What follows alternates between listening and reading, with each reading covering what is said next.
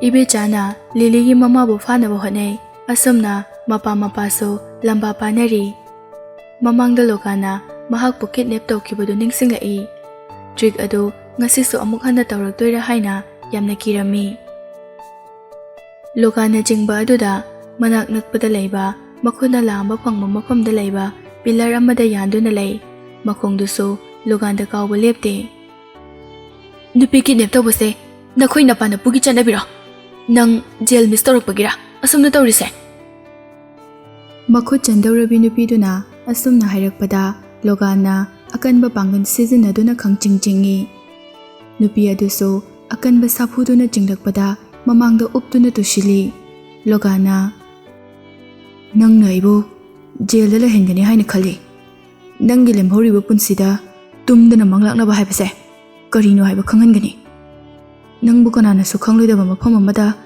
phajinduna aigi nungaifam oigani Masi hairaga nupi adugi makhutu paiduna chingnaba hotnai nang meribu jail da thamba pamba natra ma hek tholokchu phawba nang shu phaduna thamgani Mary na jail da laikibadagi logan gi share khuding when family na freeze tawduna thamkhrabani nupi adugi damak pumnamak mayok naba ngamlani haina tana yaraktraso mi hatpa ngamlani haina thauna phana Lily bu thiraklibani Lily gi mamana pakhatna chensilakpa adu Lily na uramni asumna mahakna embrace oibase Lily na mamangda amukta ukidri adubu tungdagi ibechana masamdu paiduna chingthabada masadu tunghanduna tuki Lily su masadu ingbana niklibani makhut tingthoktuna mamagi manakta chensinaba hotnai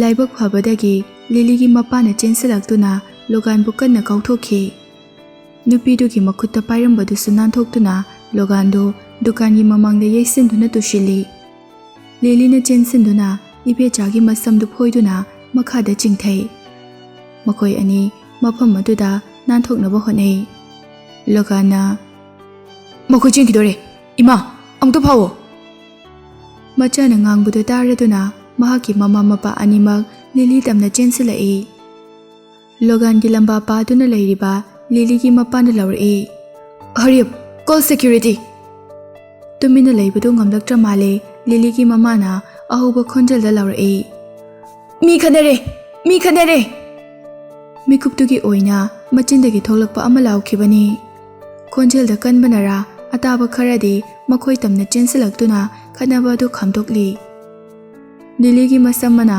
masa ayamba chotpaduda nikpadu uraga nupi amana litnaba jacket ama pirai mi khara changsilakpa aduda makhogi plan du yararoi khangbadagi ibechado kapsinaba horai Lily nakoina aikoida asukyamna yengsilise karigino Mary ga makhoigi imunga mari leinakhiba numittagi imungi mi pumba artist loina on khrabani wa ngangbada machin thinabada makhoiga kanagasu changdamnaba ngamloi Machanupi Lily ki khanbada mama dusu mayumda thuna handuna choliba purit firol adu hongthok hanba pami makhoina thangliba khongthangdagi ibechana hena yangna thanglaktuna makhada nonthaduna Lily gi makhongdu konsinki Lily nangna gi ichada namthaksu tobiramba aduga maral pumba mangonda tashiliba karigino nakhoi ani yanaraga kainakhraba natra ngasi amuk akoibu thiraktuna karigi awafamda tahanba pamlibano asumna oidaba ngangba migi wakhal honghanba semjinba wahai kaya haibase makhoigi hainabi oina laklabani Lily di thoidokna angakpadi faude mahakna nganglaklibudu tabada Lily su chatlage haina makhongda thangnaba hotnabada ibechana kanna paisinkhibana thangba ngamdre mataudu Mary na university da laklaga tawkiba acting aduga karisu khenade mahakna makhongda lenglubada amu kauthorakpani haina miya mangda aranba sinaba hotnaribani logana photo khara puthoraktuna leiriba miyam aduda piduna yenghali aduga hairai mayam yengbiyo si photo singsida amuta yengbiyo mahakna aingonda chit tawrambagi evidence ni sida yawriba nupi ase mahagasini mahakna aiga nushinana ꯑꯇꯣꯞꯄ ꯅꯨꯄꯥ ꯀꯌꯥꯒꯁꯨ ꯂꯣꯏꯅꯗꯨꯅ ꯂꯩꯃꯤꯟꯅꯔꯝꯕꯒꯤ ꯁꯛꯇꯝꯅꯤ꯫ ꯁꯤꯗꯕꯨ ꯑꯩꯅ ꯃꯍꯥꯛꯀ ꯃꯇꯧ ꯀꯔꯝꯅ ꯀꯥꯏꯅꯔꯣꯏꯗꯣꯏꯅꯣ? ꯑꯩꯅ ꯃꯉꯣꯟꯗꯒꯤ ꯂꯥꯞꯊꯣꯛꯈꯤ ꯍꯥꯏꯅ ꯃꯐꯝ ꯑꯁꯤꯗ ꯂꯥꯛꯇꯨꯅ ꯂꯃꯟ ꯁꯤꯡꯅꯕ ꯇꯧꯔꯛꯂꯤꯕꯅꯤ꯫ ꯑꯩꯁꯨ ꯏꯆꯥ ꯉꯥꯛꯊꯣꯛꯄ ꯑꯣꯏꯅ ꯃꯈꯣꯏꯒ ꯈꯠꯅꯔꯝꯕꯅꯤ꯫ ꯂꯤꯂꯤꯒꯤ ꯃꯃꯥ ꯃꯄꯥꯗꯨ ꯉꯛꯅ ꯐꯣꯇꯣꯁ ꯑꯗꯨꯗ ꯌꯦꯡꯅꯕ ꯍꯣꯠꯅꯩ꯫ ꯐꯣꯇꯣꯁꯤꯡ ꯑꯗꯨ ꯂꯤꯂꯤꯕꯨ ꯀꯤꯗꯅꯦꯞ ꯇꯧꯗꯨꯅ ꯋꯥꯟꯊꯗꯨꯅ ꯂꯩꯔꯤꯉꯩꯗ ꯃꯅꯥꯛꯇ ꯅꯨꯄꯥ ꯃꯌꯥꯝ ꯂꯦꯞꯂꯒ ꯂꯩꯕꯒꯤ ꯐꯣꯇꯣꯅꯤ꯫ ꯃꯤꯌꯥꯝꯁꯤꯅ ꯂꯣꯒꯥꯟꯒꯤ ꯁꯦꯝꯖꯤꯟꯕ ꯋꯥꯍꯩ ꯑꯁꯤꯗ ꯊꯥꯖꯈ꯭ꯔꯕꯗꯤ ꯑꯩꯒꯤ ꯄꯦꯔꯦꯟꯁꯅ ꯑꯩꯕꯨ ꯀꯔꯤꯅꯤ ꯍꯥꯏꯅ ꯈꯟꯈꯤꯅꯤ? ꯃꯤꯀꯨꯞꯇꯨꯗꯗꯤ ꯐꯠꯇꯕ ꯇꯧꯕꯗ ꯍꯥꯂꯦꯡꯕ ꯂꯩꯇ꯭ꯔꯕ ꯅꯨꯄꯥꯗꯨ ꯃꯆꯦꯠ ꯂꯤꯁꯤꯡ ꯊꯣꯛꯅ ꯁꯦꯒꯥꯏꯔꯕꯁꯨ ꯂꯤꯂꯤꯅ ꯄꯦꯟꯕ ꯂꯩꯔꯔꯣꯏ꯫ ꯂꯣꯒꯥꯟꯁꯨ ꯃꯃꯥꯒꯤ ꯃꯇꯧꯒꯨꯝꯅ ꯃꯤꯌꯥꯝꯗꯒꯤ ꯁꯦꯝꯄꯦꯊꯤ ꯅꯤꯅꯕ ꯇꯧꯏ꯫ ꯑꯩꯅ ꯃꯍꯥꯛꯄꯨ ꯊꯥꯖꯔꯨꯕꯁꯦ ꯑꯩꯒꯤ ꯏꯔꯥꯜꯅꯤ꯫ ꯍꯧꯖꯤꯛꯇꯤ ꯑꯩꯈꯣꯏ ꯑꯅꯤ ꯀꯥꯏꯅꯈ꯭ꯔꯕ ꯃꯇꯨꯡꯗ ꯑꯩꯕꯨ ꯑꯃꯨꯛ ꯊꯤꯔꯛꯇꯨꯅ ꯂꯃꯟ ꯈꯨꯝꯕ ꯑꯁꯤꯕꯨ ꯃꯁꯤꯕꯨ ꯑꯆꯨꯝꯕꯔꯣ? ꯃꯌꯥꯝ ꯑꯃꯨꯛꯇ ꯈꯨꯝꯕꯤꯌꯨ꯫ ꯅꯪꯅ ꯂꯥꯜꯂꯝꯒꯅꯤ, ꯅꯪꯅ ꯆꯨꯝꯂꯝꯒꯅꯤ, ꯅꯈꯣꯏ ꯈꯠꯅꯒꯅꯨ, ꯐꯖꯅ ꯑꯃꯨꯛ ꯅꯨꯡꯁꯤꯅꯔꯣ, ꯀꯥꯏꯅꯈ꯭ꯔꯗꯤ ꯂꯣꯏꯔꯦ, ꯅꯨꯄꯤ ꯅꯪꯁꯨ ꯑꯃꯨꯛ ꯍꯟꯅ ꯌꯦꯠꯂꯅꯨ ꯍꯥꯏꯕꯅꯆꯤꯡꯕ ꯃꯌꯥꯝꯒꯤ ꯃꯔꯛꯇꯒꯤ ꯀꯅꯥꯅꯁꯨ ꯐꯣꯡꯗꯣꯔꯛꯇꯦ꯫ ꯃꯈꯣꯏ ꯃꯁꯦꯟ ꯏꯉꯛ ꯉꯛꯅ ꯑꯃꯅ ꯑꯃꯗ ꯌꯦꯡꯅꯩ꯫ ꯃꯍꯥꯛꯅ ꯉꯥꯡꯂꯤꯕ ꯆꯣꯏꯔꯣꯜ ꯑꯗꯨꯒꯤ ꯄꯥꯈꯨꯝ ꯈꯨꯝꯅꯤꯡꯗ꯭ꯔ ꯃꯥꯜꯂꯦ꯫ ꯃꯈꯣꯡꯗ ꯎꯅꯞꯄꯤꯒꯨꯝ ꯀꯣꯜꯂꯤꯕ ꯏꯕꯦꯆꯥꯗ ꯌꯦꯡꯊꯗꯨꯅ ꯀꯣꯜꯂꯤꯕꯗꯨ ꯊꯥꯗꯣꯛꯎ ꯍꯥꯏꯒꯦ ꯇꯧꯕꯒ ꯏꯕꯦꯆꯥꯅ ꯍꯥꯟꯅ ꯍꯥꯏꯔꯛꯏ꯫ "ꯄ꯭ꯂꯤꯖ ꯂꯦꯠ ꯑꯁ ꯒꯣ꯫ ꯅꯪꯅ ꯑꯩꯈꯣꯏꯒꯤ ꯌꯨꯝ ꯁꯨꯡꯃꯨꯟꯕꯤꯈ꯭ꯔꯦ꯫ ꯍꯧꯖꯤꯛꯇꯤ ꯑꯩꯈꯣꯏ ꯌꯨꯝ ꯂꯩꯇꯕ ꯐꯦꯃꯤꯂꯤ ꯍꯥꯏꯕꯗꯨ ꯑꯣꯏꯔꯦ." ꯑꯔꯣꯏꯕꯒꯤ ꯋꯥꯍꯩ ꯄꯔꯦꯡ ꯑꯁꯤ ꯇꯥꯕꯗ ꯃꯈꯣꯏꯅ ꯃꯐꯝ ꯑꯗꯨꯗ ꯂꯥꯛꯄꯒꯤ ꯑꯁꯦꯡꯕ ꯃꯔꯝ ꯀꯔꯤꯅꯣ ꯍꯥꯏꯕ ꯈꯪꯕ ꯉꯝꯃꯤ꯫ ꯌꯨꯝꯗꯨꯒꯤ ꯃꯄꯨꯗꯨ ꯂꯤꯂꯤꯗꯒꯤ ꯅꯝꯐꯨ ꯁꯥꯐꯨ ꯇꯧꯗꯨꯅ ꯃꯦꯔꯤꯅ ꯁꯥꯏꯟ ꯇꯧꯍꯟꯈꯤꯕꯅꯤ꯫ ꯌꯨꯝꯗꯨ ꯂꯣꯒꯥꯟ ꯑꯃꯁꯨꯡ ꯃꯦꯔꯤꯒꯤ ꯃꯤꯡꯗ ꯂꯩꯈ꯭ꯔꯕꯅꯤ꯫ ꯂꯣꯒꯥꯟꯗ ꯌꯦꯡꯂꯒ ꯍꯥꯏꯔꯛꯏ, "ꯃꯦꯔꯤꯒꯤ ꯃꯅꯥꯛꯇ ꯆꯠꯂꯒ ꯍꯪꯂꯨꯆꯣ꯫ ꯌꯨꯝꯗ ꯃꯍꯥꯛꯅ ꯑꯩꯉꯣꯟꯗꯒꯤ ꯂꯧꯈ꯭ꯔꯕꯅꯤ." ꯂꯣꯒꯥꯟꯅ, "ꯃꯍꯥꯛꯅꯗꯤ ꯌꯨꯝ ꯑꯗꯣ ꯅꯪꯅ ꯃꯨꯟꯕꯤꯈ꯭ꯔꯦ ꯍꯥꯏꯔꯛꯏ꯫ ꯅꯪ ꯀꯌꯥꯝ ꯀꯨꯏꯅ ꯆꯤꯟ ꯊꯤꯈꯤꯅꯤ? ꯌꯨꯝꯗ ꯑꯩꯅ ꯅꯈꯣꯏꯗ ꯄꯤꯊꯣꯛꯈ꯭ꯔꯕꯅꯤ꯫ ꯑꯗꯨꯕꯨ ꯍꯧꯖꯤꯛꯇꯤ ꯋꯦꯟ ꯐꯦꯃꯤꯂꯤꯒꯤ ꯄ꯭ꯔꯣꯄꯔꯇꯤ ꯄꯨꯝꯕ ꯁꯤꯖ ꯇꯧꯈ꯭ꯔꯦꯗꯅ꯫ ꯑꯦꯖꯨꯀꯦꯇꯔꯗꯣ ꯑꯩ ꯅꯠꯇꯦ, ꯕꯦꯡꯛꯅꯤ꯫ ꯑꯩꯈꯣꯏꯗ ꯄꯤꯔꯛꯄ ꯉꯝꯂꯣꯏ ꯍꯥꯏꯔꯗꯤ ꯌꯨꯝꯗꯨꯒꯤ ꯃꯃꯜ ꯑꯣꯏꯅ ꯑꯩꯈꯣꯏꯗ ꯍꯟꯗꯣꯔꯛꯄ ꯇꯥꯕꯅꯤ꯫ ꯅꯪꯅ ꯄꯤꯔꯣꯏ ꯍꯥꯏꯕ ꯂꯩꯔꯒꯗꯤ ꯅꯈꯣꯏꯒꯤ ꯌꯨꯝꯒꯤ ꯃꯃꯥꯡꯗ ꯑꯩꯈꯣꯏꯒꯤ ꯏꯃꯨꯡꯒꯤ ꯃꯤ ꯄꯨꯂꯞ ꯊꯧꯔꯤ ꯌꯥꯟꯗꯨꯅ ꯁꯤꯒꯅꯤ." ꯄꯩꯁꯥ ꯂꯧꯕ ꯍꯥꯏꯕ ꯋꯥꯈꯜ ꯑꯁꯤꯅ ꯃꯈꯣꯏꯒꯤ ꯄꯥꯟꯗꯝ ꯑꯣꯏꯅ ꯃꯐꯝ ꯑꯗꯨꯗ ꯂꯥꯛꯈꯤꯕꯅꯤ꯫ ꯃꯈꯣꯏꯒꯤ ꯒꯣꯜ ꯑꯁꯤ ꯐꯪꯗ꯭ꯔꯤ ꯐꯥꯎꯕ ꯃꯃꯥꯏ ꯂꯩꯗꯨꯅ ꯍꯟꯈꯤꯒꯗꯕ ꯑꯃꯠꯇ ꯅꯠꯇꯦ꯫ ꯂꯤꯂꯤꯅ ꯃꯍꯥꯛꯀꯤ ꯄꯦꯔꯦꯟꯁꯇ ꯑꯣꯟꯁꯤꯟꯗꯨꯅ ꯍꯥꯏꯔꯛꯏ, "ꯍꯧꯖꯤꯛꯃꯛ ꯄꯨꯂꯤꯁꯇ ꯀꯣꯜ ꯇꯧꯁꯦ, ꯑꯆꯨꯝꯕꯗꯨ ꯈꯪꯅꯕ." ꯃꯗꯨ ꯇꯥꯕꯗ ꯏꯕꯦꯆꯥ ꯁꯥꯎꯅ ꯂꯤꯂꯤꯗ ꯂꯥꯎꯔꯛꯏ, "You rich woman, you want to destroy our family? I'll kill you." ꯂꯤꯂꯤꯒꯤ ꯃꯄꯥꯅ, "ꯅꯈꯣꯏꯅ ꯗꯝꯀꯥ ꯇꯧꯕꯗ ꯀꯤꯒꯗꯕ ꯅꯠꯇꯦ꯫ ꯄꯩꯁꯥ ꯄꯥꯝꯃꯦ ꯍꯥꯏꯕ ꯅꯠꯇ꯭ꯔꯣ? ꯄꯩꯁꯥ ꯄꯤꯔꯗꯤ ꯅꯈꯣꯏ ꯇꯨꯃꯤꯟꯅ ꯂꯩꯗꯣꯏ ꯅꯠꯇ꯭ꯔꯥ?" ꯂꯣꯒꯥꯟ ꯑꯃꯁꯨꯡ ꯑꯍꯜ ꯑꯅꯤꯗꯨ ꯀꯔꯤꯁꯨ ꯈꯨꯝꯗꯦ, ꯌꯥꯏ ꯍꯥꯏꯕꯒꯨꯝ ꯄꯩꯁꯥ ꯈꯧꯔꯥꯡꯕꯒꯤ ꯃꯃꯤꯠꯇꯨ ꯂꯥꯎꯊꯣꯔꯛꯏ꯫ ꯁꯣꯞꯀꯤꯄꯔ ꯈꯔꯗꯤ ꯏꯃꯨꯡ ꯑꯅꯤ ꯑꯗꯨꯒꯤ ꯃꯔꯤꯗꯨ ꯃꯄꯨꯡ ꯐꯥꯅ ꯈꯪꯗꯕꯅ ꯃꯈꯥ ꯇꯥꯅ ꯑꯍꯩ ꯑꯄꯥ ꯁꯥꯗꯨꯅ ꯇꯥꯁꯤꯟꯈꯤꯕꯁꯨ ꯄꯥꯝꯗ꯭ꯔꯦ꯫ ꯃꯁꯥ ꯃꯁꯥꯒꯤ ꯗꯨꯀꯥꯟꯗ ꯆꯪꯅꯈ꯭ꯔꯦ꯫ ꯂꯣꯒꯥꯟꯅ ꯋꯦꯟ ꯐꯦꯃꯤꯂꯤꯒꯤ ꯋꯥꯔꯀꯤꯡ ꯀꯦꯄꯤꯇꯦꯜ ꯑꯣꯏꯅꯕ $2,00,000 ꯄꯤꯌꯨ ꯍꯥꯏꯔꯝꯃꯤ꯫ ꯃꯍꯥꯛꯅ ꯉꯥꯡꯂꯤꯕꯗꯨ ꯂꯤꯂꯤꯗꯤ ꯊꯥꯖꯔꯝꯗꯦ꯫ ꯄꯩꯁꯥ ꯄꯤꯅꯕ ꯑꯗꯨ ꯋꯤꯠꯅꯦꯁ ꯑꯣꯏꯅꯕ ꯃꯅꯥꯛꯇ ꯂꯩꯔꯤꯕ ꯃꯤ ꯈꯔ ꯑꯗꯨꯁꯨ ꯍꯥꯏꯖꯔꯝꯃꯤ꯫ ꯂꯤꯂꯤꯒꯤ ꯃꯄꯥꯅ, $1,00,000 ꯍꯦꯟꯅ ꯄꯤꯕ ꯉꯝꯂꯣꯏ꯫ ꯃꯁꯤꯗ ꯌꯥꯔꯗꯤ ꯑꯩꯈꯣꯏ ꯄꯤꯔꯒꯦ, ꯌꯥꯗ꯭ꯔꯗꯤ ꯄꯨꯂꯤꯁꯇ ꯁꯣꯏꯗꯅ ꯀꯣꯜ ꯇꯧꯒꯅꯤ꯫ ꯂꯣꯒꯥꯟꯗꯤ ꯌꯥꯅꯤꯡꯗꯕꯒꯤ ꯃꯥꯏꯊꯣꯡ ꯎꯠꯂꯤ꯫ ꯃꯍꯥꯛꯀꯤ ꯃꯃꯥ ꯃꯄꯥꯅ ꯌꯥꯔꯦ ꯍꯥꯏꯅ ꯃꯁꯥꯒꯤ ꯑꯅꯤꯡꯕꯗꯨ ꯁꯦꯡꯅ ꯍꯥꯏꯗꯣꯔꯛꯏ꯫ ꯂꯤꯂꯤꯒꯤ ꯃꯄꯥꯅ ꯄꯦꯄꯔ ꯑꯃ ꯄꯨꯊꯣꯔꯛꯇꯨꯅ ꯌꯥꯝꯅ ꯊꯨꯅ ꯋꯥꯍꯩ ꯈꯔ ꯏꯁꯤꯜꯂꯤ꯫ ꯄꯦꯄꯔꯗꯨ ꯂꯣꯒꯥꯟꯗ ꯁꯤꯟꯅꯗꯨꯅ ꯍꯥꯏꯔꯛꯏ, "ꯑꯇꯣꯞꯄ ꯀꯟꯗꯤꯁꯟ ꯑꯃꯁꯨ ꯂꯩꯔꯤ꯫ ꯄꯦꯄꯔꯁꯤꯗ ꯍꯥꯟꯅ ꯁꯥꯏꯟ ꯇꯧ, ꯑꯗꯨꯒ ꯑꯩꯈꯣꯏꯗ ꯑꯃꯨꯛ ꯍꯟꯅ ꯗꯤꯁꯇꯔꯕ ꯇꯧꯔꯛꯄ ꯌꯥꯔꯣꯏ."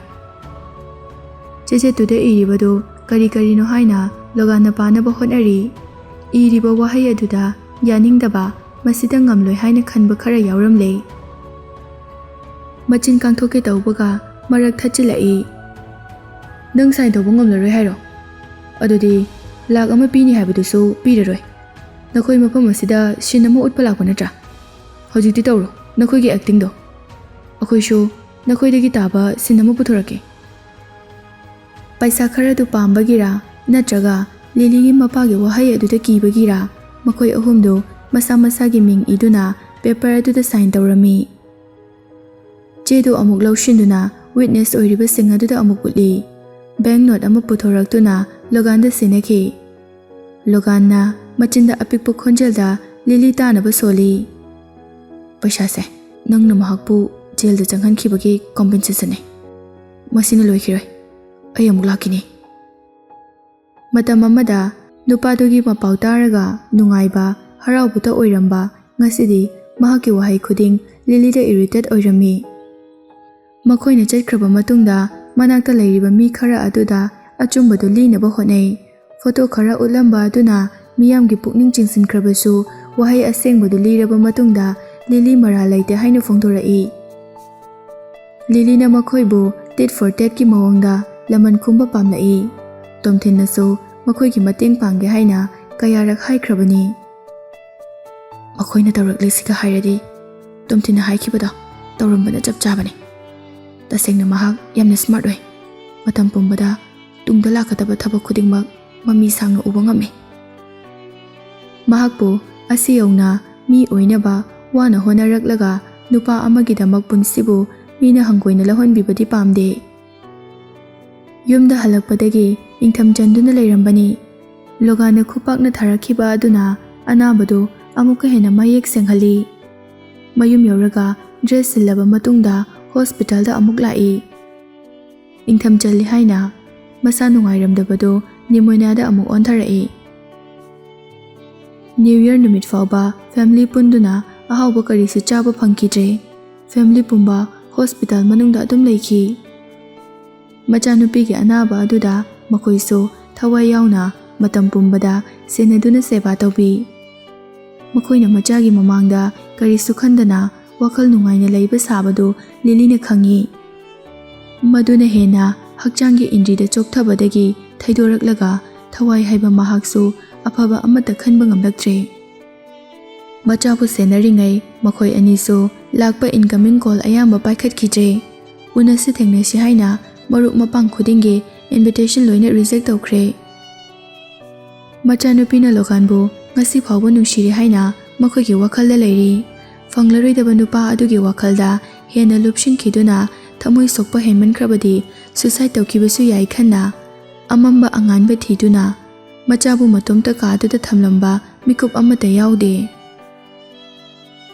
ꯑꯣꯂꯤꯚꯤꯌꯥꯅ ꯃꯃꯥꯟꯅꯕꯤ ꯑꯗꯨꯕꯨ ꯅꯨꯡꯇꯤꯒꯤ ꯍꯣꯁꯄꯤꯇꯥꯜꯗ ꯂꯥꯛꯄ ꯐꯣꯟꯗ ꯇꯣꯏꯅ ꯄꯥꯎ ꯐꯥꯎꯔꯛꯄꯁꯨ ꯂꯦꯞꯂꯝꯗꯦ ꯂꯤꯂꯤꯅꯁꯨ ꯀꯩꯁꯨ ꯑꯔꯨꯕ ꯂꯩꯅꯥ ꯅꯠꯇꯦ ꯂꯥꯛꯇ꯭ꯔꯁꯨ ꯌꯥꯅꯤ ꯍꯥꯏꯔꯝꯃꯤ ꯂꯤꯂꯤꯅ ꯑꯁꯨꯝꯅ ꯍꯥꯏꯗꯣꯛꯈꯤꯕꯗꯒꯤ ꯍꯣꯁꯄꯤꯇꯥꯜꯗ ꯂꯥꯛꯈꯤꯗ꯭ꯔꯦ ꯂꯤꯂꯤꯒꯤ ꯄꯨꯛꯅꯤꯡꯕꯨ ꯃꯥꯏꯀꯩ ꯑꯃꯗ ꯄꯨꯅꯕ ꯀꯟꯇꯦꯛ ꯅꯝꯕꯔꯗ ꯖꯣꯛ ꯃꯦꯁꯦꯖ ꯀꯌꯥ ꯊꯥꯔꯛꯏ ꯆꯍꯤ ꯈꯔꯒꯤ ꯃꯃꯥꯡꯗ ꯑꯩ ꯕ꯭ꯂꯥꯏꯟ ꯗꯦꯠ ꯑꯃ ꯆꯠꯈ꯭ꯔꯦ ꯑꯗꯨꯕꯨ ꯈꯟꯈꯤꯕ ꯈꯨꯗꯤꯡꯃꯛ ꯂꯣꯏꯅ ꯑꯣꯟꯅ ꯇꯩꯅꯈꯤ ꯅꯨꯄꯥꯗ ꯌꯥꯝ ꯑꯉꯥꯡ ꯑꯣꯏꯔꯝꯃꯤ ꯑꯩꯒꯤ ꯀꯖꯤꯟꯒꯤ XPF ꯑꯣꯏꯔꯝꯃꯤ ꯅꯨꯄꯤꯁꯨ ꯊꯤꯔꯝꯃꯤ ꯑꯗꯨꯅ ꯀꯣꯟꯅ ꯈꯪꯂꯛꯄꯅꯤ ꯑꯗꯨꯅꯤ ꯑꯩꯅ ꯏꯃꯥꯅ ꯁꯤꯜꯂꯛꯄ ꯕ꯭ꯂꯥꯏꯟ ꯗꯦꯠ ꯈꯨꯗꯤꯡꯃꯛ ꯑꯃꯠꯇ ꯌꯥꯗ꯭ꯔꯤꯁꯦ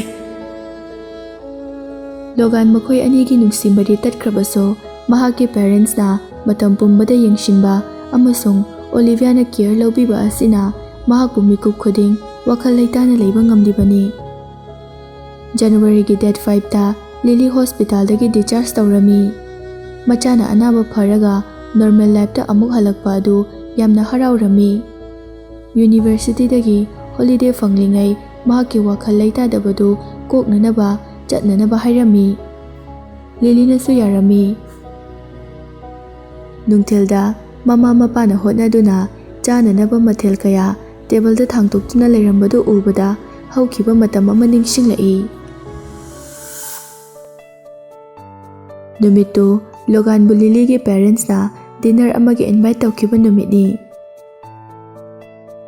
ꯗꯥꯔꯂꯤꯡ ꯃꯤꯁ ꯌꯨ ꯁꯣ ꯃꯆ ꯉꯟꯇꯅ ꯂꯥꯛꯑꯣ ꯍꯥꯏꯔꯒ ꯊꯦꯡꯅ ꯂꯥꯛꯏ ꯀꯩꯒꯤꯅꯣ ꯂꯣꯒꯥꯟꯅ ꯗꯥꯏꯅꯤꯡ ꯇꯦꯕꯜꯗ ꯏꯀꯣꯏ ꯀꯣꯏꯁꯤꯟꯅ ꯊꯝꯂꯤꯕ ꯆꯤꯌꯔ ꯑꯃꯗ ꯐꯝꯗꯨꯅ ꯂꯩꯔꯝꯕ ꯑꯗꯨꯗ ꯂꯤꯂꯤꯅ ꯍꯥꯏꯔꯛꯄꯅꯤ ꯁ꯭ꯇꯨꯗꯦꯟꯠꯁꯤꯡꯒꯤ ꯑꯦꯁꯥꯏꯟꯃꯦꯟ ꯈꯔ ꯌꯦꯡꯁꯤꯜꯂꯤꯉꯩꯗ ꯊꯦꯡꯗꯣꯛꯈ꯭ꯔꯦ ꯁꯦ ꯁꯥꯎꯔꯅꯨ ꯑꯩꯗꯤ ꯁꯥꯎꯅꯤ Logan haugalakduna Lily-bu makhut samduna chair amada famhali. Masadu khara nontharaga Lily-gi nakong mayada mamaidu thamduna nashonana hairai. Nungsibase, aina nangondagi yam heli. Aina inakta lairase haibasu nangna yade. Asumna Lily-gi mamana khawdembakpa aduda makhoi anigi romance adu kaikibani. Machana leptuna yengkiba amada yengduna lairamba aduda changsinduna masa paiduna tapna nanthabirami. Haukiba punsi mate khara wakhalda lamshiluba khaktani. Taibangda onthorakpada mitta pina imai thanna iraknaduna lairami. Laimai oina lairiba mikhabu pathoklaga khajai faunu chentharai. Ichana kapninglibado imasu khangi. Amuktang pena kaptho. Aduga nangi awaba pumba loina khawkhini. Lily su angang amagom khunamna mamitu khanduna makhol hauna kapi. Awaba nungaitaba pumba tarakliba pirang aduda loina yawkrasanu haina pena kapthoi. Lunch tu loirakpaga doorbell do khinglai. Mari mata natraga Olivia oiramkadra khalaga thongdu hangtokpani. Thongdu hek hangtokpaga thajadaba khonjel amana mang tharai. Hello auntie, happy new year. Khonjel adugi maikai tamna Lily sum manungdagi yenglakpada Tomthin amasung Jack leirambadu ui. Makhoi anigi features, expression, selegliba dress adu yengbada iman manei. Khenariba haibabu achauba nupa aduna handsome and novel oi, aduga apikpaduna cute and adorable oi. Lily-gi mamasu nupado hana ukrabani. Matung onthoraktuna, Lily, nangi marup ama laiye. Lily-gi mapana, adudi manungda changhala udana. Tomthinna Jack-pu pamlaga manungda changlai. Maningda bag paiba bodyguard aniso matung inaduna changlai. Bag tu thanamlaga bodyguard anido mapanda thoktuna laikhre. Mama mapadi ingaw ngawna bag manungda yauribado karino khangbra haina Lily-da mityengna wahang hangli. Lily su khangde haina makokto hai aduga Tomthinda amuk yangthoi. Ahal ani aduna Tomthinbu stranger amagum khalabasu mahak high status family degi lakpani haibasi Rajuna haikrabani. Tomthin su ngasidi mahakki apambadu sengna hairuragi khalaga laklibani. Maithongda momon tawduna wahi khara hairai. Happy New Year. Aina Lily-bu ningjarakpa pamjarakpa matam kuirabani. Uncle Auntie-na wafam asida yarabadi Lily-bu makhatana kananashu yengsilakpa ngamloi. Lily-gi mamado Tomthinda yenglambadagi manakta lairiba angang aduda amuk yengi. Tomthinna, mahak Jack, aigi nephew ni. Asi hairaga maithong makalamna Jack-da yengi. Mahakna hairibadu verify tawbagum Jack na makhut haiduna hairai. Hello auntie. Lily-da mai onsinduna, Itaima, aibu pambiyo.